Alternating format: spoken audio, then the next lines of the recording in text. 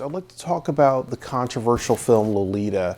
And this is a film done by Stanley Kubrick. And what I have to kind of say is that, this is definitely one of the most controversial films ever made, probably one of the most controversial films of the 1900s. And because it is about a man who is a pedophile who falls in love with this underage girl. So he gets to her by getting into a relationship with with her mother, and the mother eventually dies, and then he is involved with her later on throughout the movie. So there's a lot of talking points about this film, and I want to kind of hit every one because I think that this is a very important film to talk about. First of all, with Stanley Kubrick, there's two parts of his career. Really, when he did The Killing, The Paths of Glory, Spartacus, and Lolita, and Doctor Strangelove, even this was kind of his, rising through the ranks of Hollywood.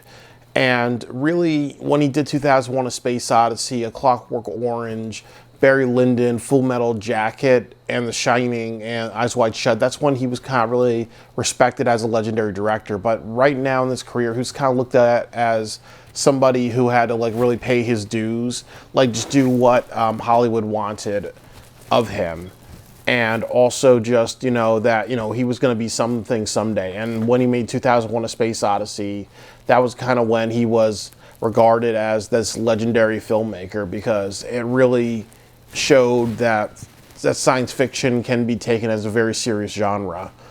And definitely one thing about Kubrick is that he was somebody who adapted a lot of controversial pieces of work, and Lolita has to be his second most controversial adaptation. His number one is A Clockwork Orange, and nobody can kind of erase that. It's considered one of the most controversial films, or even the most controversial film in cinema, and Lolita is definitely up there. But, I would even say that if you look at the content of Lolita, it should be considered way more controversial than A Clockwork Orange. Considered one, A Clockwork Orange is about rape, and Lolita is about pedophilia. And there's a lot of things I want to say about this film, regarding the themes. That I think, definitely in the 1960s, there was not a lot of education around pedophilia or just inappropriate relationships in families. Sometimes, what happened, you see with Lolita's mother, Charlotte, in the movie, is that, she wants attention, because what happened was she's a widow, so she's definitely just wants Humbert's attention, who's played by James Mason, because she wants to kind of feel, loved, young, and that she's sexually that she's she's sexually valued by another person, because she also has a weight issue, obviously maybe just from having Lolita.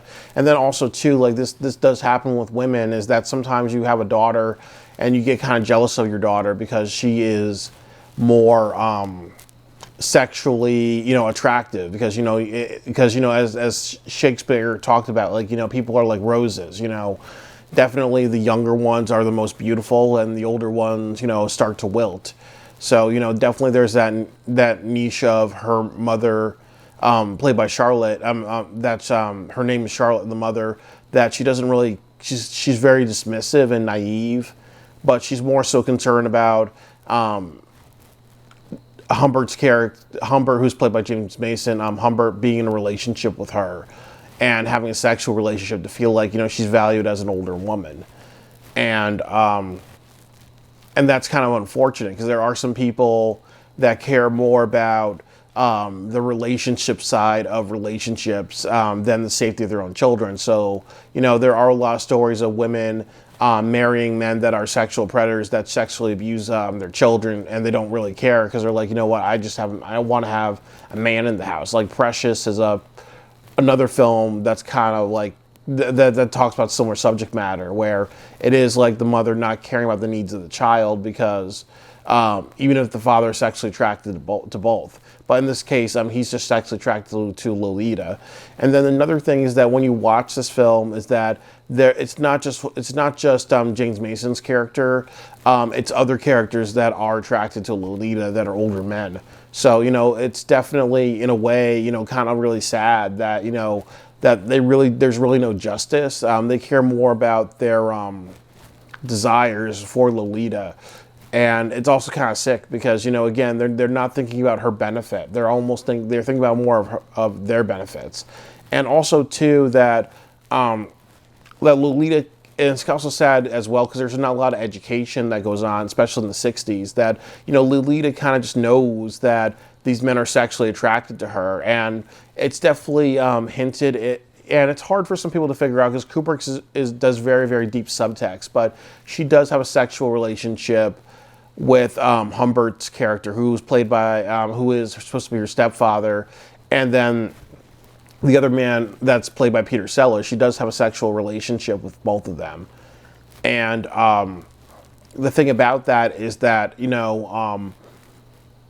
she kind of just, I don't know, I think she feels like a little queen or whatever. Like, oh well, here are these men that treat me like I'm a goddess or whatever. Like they talk about Taxi Driver, the Madonna whore thing. Like she's kind of like the Madonna and the whore, which means that men look at women as either Madonna figures or whore figures. That's from Freud's psychoanalysis, and she's kind of looked at as both by both men. Like she's a goddess, but she's also a figure of sexual attraction. So I think in her brain, she's kind of like, well, it makes me kind of feel powerful, and it makes me kind of feel like I can have control over these men because I can get what I want. Like I'm the lead in a play where usually that's given to the most beautiful girl in a high school, or that's usually the person who gets the most attention, most awards, the most recognition. So she's getting that through Peter Sellers' character, because Peter Sellers' character plays multiple roles. He plays a police officer that's chasing them. He also plays a psychiatrist, and then he also plays the high school acting teacher, the high school acting director. So, like James Mason doesn't know a lot about a lot of these things, but one thing he failed to realize is that, definitely there are other men in her life that just know how to kind of take advantage and have a bit of an edge. So, it's kind of like, kind of sad that she doesn't kind of like have respect for herself and like, okay, well, it's not just, what these men are having sex with me. These men are attracted to me, and you know what? It's not love. It's predators. So it's unfortunate that she kind of just goes through her life just kind of feeling like, you know what? I'm kind of powerful because I can. They're thinking with their dicks, I'm thinking with my brain, type of thing. So it's kind of like, unfortunate that she doesn't have the education to understand that that's not okay, and ultimately she's going to suffer psychologically later in her life to be like, well, even though I'm older and have more education now as I'm going on my 30s, 40s, 50s, and 60s, how I treated my body and how I kind of let those, gross men treat me was not okay. So, it's kind of unfortunate that she doesn't grasp it at a young age, but she also doesn't have the maturity to understand that, and the education to understand that, that is not love. And even if you feel kind of powerful, or even if you're getting what you want, because people want to have sex with you while you're underage, or you have like that permissive parent or whatever, it's that's not love, and ultimately that's somebody who wants to hurt you, and that's somebody who is more sexually interested in you than interested in your psychological safety and your emotional safety going forward. And I also will say this, that when you look at this movie, it also is about white privilege, because obviously, everybody talks, and there's rumors spreading about the weird relationship between Lolita and her father and her stepfather. And ultimately, the travel around the country, people are always talking, and it's like, and then there's signs like, why are you renting a room by, where you both are sharing the bed? Why are you doing things like not letting her date or be involved with other men? Why are you doing things like, driving around in the car and just like kind of like stalking her and just like questioning wherever she's going? Why are all these things happening? Because again, like it's that same thing. If she was a black girl and she had a black father, or if she was a white girl adopted by a black father, that would be shut down really quickly. And if it was a white girl adopted by a black father, it would be assumed even if nothing happened. So it's kind of like, that idea of how, if you're white, you are allowed to kind of do these things, especially back then, because, people just, didn't really care about what white people did most of the time. It really came down to social economic, and he's a professor, and he does have money and whatever. So sometimes it's like, again, that it's also economic. If you have money and you're white, you can, and people kind of are thinking that something very inappropriate is going on, more than likely people are not going to do anything. But if it's somebody who's black or somebody who's poor, more than likely people do anything because people are subconsciously exposed to racism. I think that the other talking point I would say is that, I think that this is definitely a movie about really dysfunctional families and dysfunctional relationships. Like, I think that, as I've really said before, that you look at the mother, and she wants attention from a man. She's sexually repressed. She's sexually frustrated. She wants to feel beautiful and loved, and she has poor coping mechanisms with her dead widow, with her dead husband, and then also she's emotionally unstable, that she causes problems for herself, that she's not thinking about the welfare of her own child. So, definitely, it's selfish adults or people who are mentally ill, or people not, and even at this time in history, people just felt going to see a psychiatrist was a bad thing, or there was a lot of stigmas attached to it, when she kind of really needed to have better grieving skills and better just, understanding, and better just kind of like, I need to give a man time before he gets into my life, and then with James Mason's character, obviously, it's like what we all say, that sometimes, if you have ideas in your head that are sexual, that are not okay, just masturbate. You don't need to kind of just, get into a relationship and cause, so much problem and chaos. Because really, Lolita suffers from grieving from her mother, because her mother had a mental breakdown. And then also she's around a lot of these men who just don't know how to masturbate, instead of just, leaving her the fuck alone, and leaving her the fuck alone instead of getting involved with her and having sexual relationships with her. And then also it says something about Lolita that, even though she's a young girl, and, she's written to be 14 years old, and she's 12 in the book, it still says something.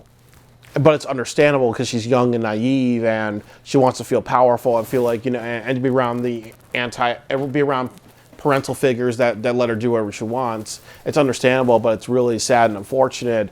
And there is some personal accountability that she needs to kind of like say, well, what's going on is not okay, and I have to respect myself. So it's kind of unfortunate that those things are happening and going on with her.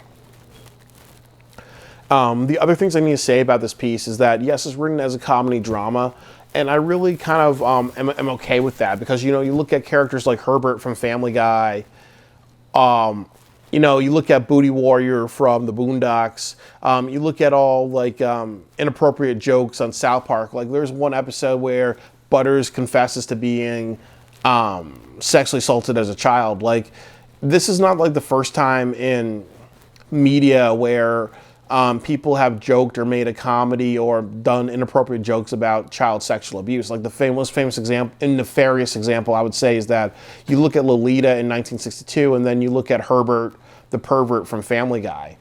So, definitely, I'm one for, like, freedom of speech, but I do understand that there will be jokes that hurt me, and there'll be jokes that hurt other people.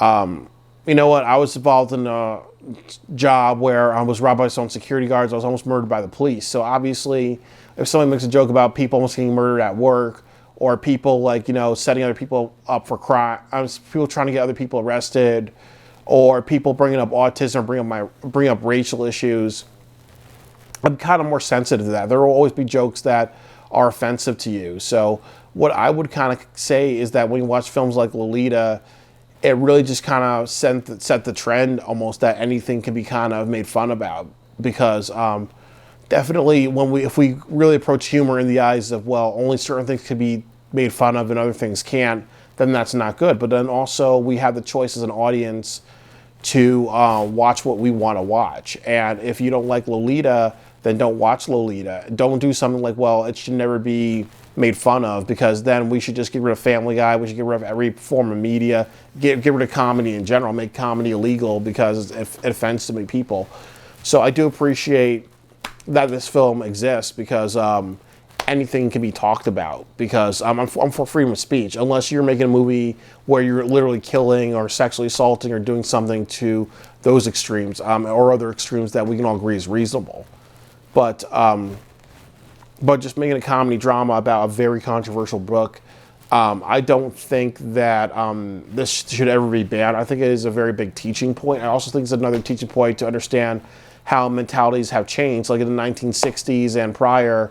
Like I was saying, that, you know, sexual relationships with underage kids, that was not seen as such a big deal. And it really wasn't until like maybe the past, since like the 80s, where that started to become a talking point. Because really, if you want to think about it, it was Mommy Dearest and The Shining. And also when you saw Different Strokes with a Bicycle Man and other like things come out, people started to look at inappropriate relationships and child abuse and sexual abuse and violent abuse and sexual abuse as very serious stuff. But it is kind of a time capsule to see in the 60s it wasn't really treated as a big deal. And a lot of people had the mentality in the 60s and prior that if anything inappropriate was going on with another family, you just kept your nose out of it, and you just acted like it never existed because it's none of your business. You had to focus on your life. And also, too, when you look at Pablo Picasso and you look at like other painters in the, I think Henri Matisse, or you look at other painters in the 1900s and the early 1900s and the 1800s, you go to any art museum, they've done paintings of naked girls or preteens and whatever, you know. So like definitely the attitude has kind of, or you can even like see sculptures of 14-year-olds from ancient Greek, where they're naked and they're prostitutes or whatever. I mean, like there's a statue in the Yale Art Museum, and I believe it's of a slave in ancient Greece, and she's like a teenager or whatever. So, you know, definitely it's unfortunate that, you know, that these depictions exist, but also these depictions are kind of like showing the body as beautiful. But it's like, you know, kind of sad that I think for the longest time in history, it really wasn't until like, you know, the 80s in what I believe in, where people kind of understood that, you know, inappropriately sexual things is not okay and it shouldn't be romanticized. And even though the marriage and sexual relationship laws have changed drastically in the 1900s, you know, what's wrong is wrong. What is abusive is abusive. So, you know, Lolita is definitely a very important film because it also is a highlight of just some very backwards values. And hopefully we can learn from films like this that, you know, if sexual abuse is going on or inappropriate relationships are going on, or if we live in a family where we know inappropriate things are going on, we report it. And then also, too, that if we are people like who have children and, you know, we want a relationship with somebody else really badly and that person is bad news, or we know that they're kind of interested in our kids and it feels kind of weird, we kind of react upon it. And then also, too, if we're teachers or we know of things that are going on and family issues that look kind of sketchy, we kind of say something because nowadays it's very, very important to talk about those things. I think otherwise, really quickly, the reason why this is black and white is because it's an ode to the cinematography. The cinematography is done very, very well. Obviously, you see some influences of Spartacus within this because, you know, of the large landscapes. And then also, too, you know, you look at films like Dr. Strangelove, and that kind of almost are really, really inspired by Lolita, because of the same type of black and white and the same type of like using symmetry and also when you look at films like Paths of Glory, you kind of see the same type of like knowing how to block the actors and in sets and whatever. So I would say that the cinematography is done very well. The art production is done very well. I'm very surprised it wasn't nominated for those Oscars. I would also say too that the directing is done very well. Like all the acting was really, really excellent. And Kubrick has that, he has that nuance of making sure that every performance you see, that the scene starts interesting and it ends interesting. And I like that because, you know, he really holds himself to a high standard. You know, am I really intrigued in every scene? Is there something that kind of catches me? And I appreciate about his style. So there's a lot of things that I've learned to become a better filmmaker and director from this movie as well.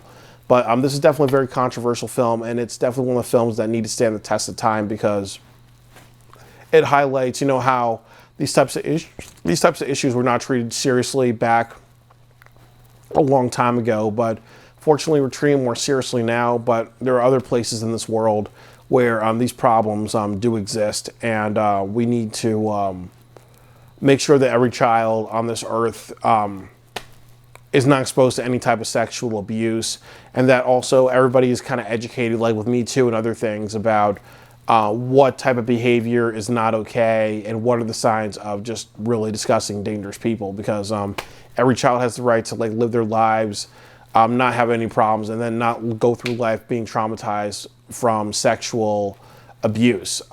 Yes, this film is a dark comedy, a very good psychological drama. And I appreciate for that because I also am one for free speech. But I do think it's also one of the ways it is a piece of free speech is that it's a free speech and a satire and a dark comedy about some old toxic values. And unfortunately, things have changed for the better because people can watch these films and be reminded hauntingly of just some values that existed back then, and that should never exist any more.